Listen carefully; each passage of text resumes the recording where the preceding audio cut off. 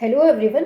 कल मैंने आपके साथ डिस्कस किया था first law of thermodynamic and उससे पहले डिस्कस किया था इंट्रोडक्शन ऑफ थर्मोडायनेमिक। आज जो हमारा टॉपिक है वो है इंटरनल एनर्जी और ये बीएससी 6th सेमेस्टर का चैप्टर चल रहा है थर्मोडायनेमिक फर्स्ट, और उसमें ये हमारा तीसरा वीडियो है जिसमें कि तीसरा टॉपिक है हमारा internal energy.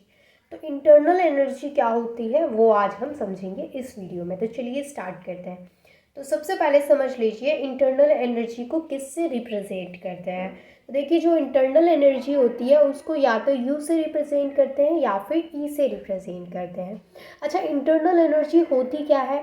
The total of all the possible kinds of energy of a system is called its internal energy. यानी कि कोई भी सिस्टम है और उस सिस्टम में जितनी भी टाइप्स की वहाँ पे एनर्जी प्रेजेंट है, कोई भी एनर्जी हो वहाँ पे, यहाँ पे साफ साफ मेंशन है total of all the possible kinds of energy. यानी जितनी भी उसमें एनर्जी है, वाइब्रेशनल एनर्जी है, रोटेशनल एनर्जी है, इलेक्ट्रॉनिक एनर्जी है, या फिर कोई भी एनर्जी, न्यूक्लियर एनर्जी है, ये सारी एनर्जी का जो टोटल होता है, जो सम होता है, वो होता है इंटरनल एनर्जी। यानी सिस्टम के अंदर जितनी भी टाइप की एनर्जी आपको दिख रही है वहाँ पे प्रेजेंट है, वो सारी एनर्जी को टोटल करके हम एक एनर्जी निकालेंगे एंड उसको हम क्या बोलेंगे कि वो इंटरनल एनर्जी है। ठीक है।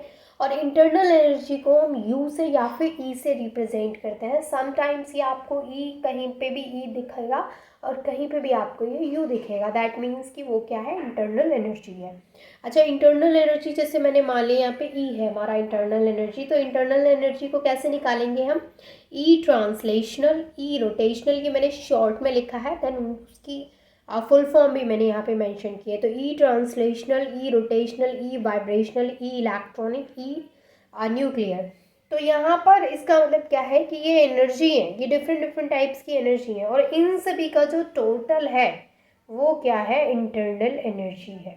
यानी जो भी पॉसिबल काइंड्स ऑफ एनर्जी है सिस्टम की, उन सभी का टोटल ही क्या होता है, इंटरनल एनर्जी होता है। ठीक है। इन सभी का जो फुल फॉर्म है वो मैंने यहाँ पे ऑलरेडी मेंशन कर रखा है। अब इसके बाद देखिए जो change in energy, internal energy होता है, उसको हम डेल्टा ई या फिर डेल्टा यू से लिखते हैं। जहाँ भी हम चेंज की बात कर रहे होते हैं वहाँ पे हम डेल्टा का सिंबल यूज़ करते हैं।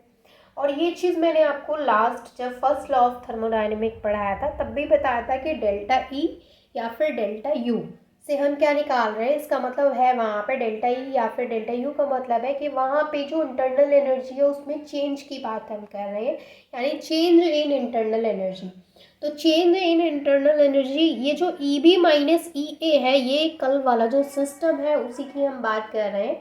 तो जैसे मान के चलिए कोई सिस्टम है, उसकी पहले जो एनर्जी थी इंटरनल एनर्जी वो ई ए थी, और जो बाद में उसकी इंटरनल एनर्जी में चेंज आ गया, बाद में जो इंटरनल एनर्जी हो गई वो ई बी हो गई। तो क्या है कि इसका मतलब ये है कि जो इंटरनल एनर्जी में चेंज आया है तो उस चेंज को हम कैसे दिखाएंगे, डेल्टा ई से। हम डेल्टा ई लिख रहे हैं, इसका मतलब कि वहाँ पे change in internal energy show कर रहे हैं। ठीक है।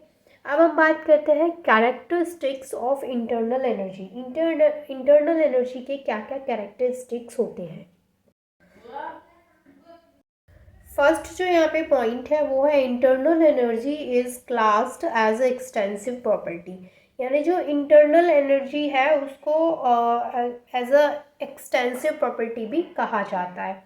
इंटरनल एनर्जी जो होती है किसी भी सिस्टम की, वो एक स्टेट फंक्शन होती है। ये बहुत इंपॉर्टेंट पॉइंट है कि वो एक एक्सटेंसिव प्रॉपर्टी है, एक स्टेट फंक्शन है वो सिस्टम का। एंड इसकी जो एसआई यूनिट होती है वो क्या होती है, जूल होती है। इंटरनल एनर्जी की जो एसआई यूनिट होती है वो जूल होती है। अच्छा, यहाँ पे जो एक्सटेंसिव प्रॉपर्टी है इसका मतलब क्या है?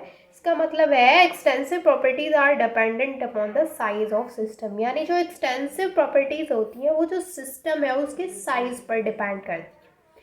ठीक है। तो जो इंटरनल एनर्जी है वो क्या है, एक एक्सटेंसिव प्रॉपर्टी है क्योंकि वो सिस्टम के साइज पर डिपेंड करती है। और ये इंटरनल एनर्जी जो होती है सिस्टम की वो एक स्टेट फंक्शन होती है। ठीक है। इसकी एसआई यूनिट क्या होती है, जूल होती है। तो ये रहा हमारा इंटरनल एनर्जी के बारे में। आई होप कि आपको इंटरनल एनर्जी अच्छे से क्लियर हो गया होगा। कोई भी डाउट है, कहीं भी कुछ भी समझ में नहीं आया, देन आप कमेंट करके पूछ सकते हैं। I am here to solve your all doubts and thank you so much for watching this video.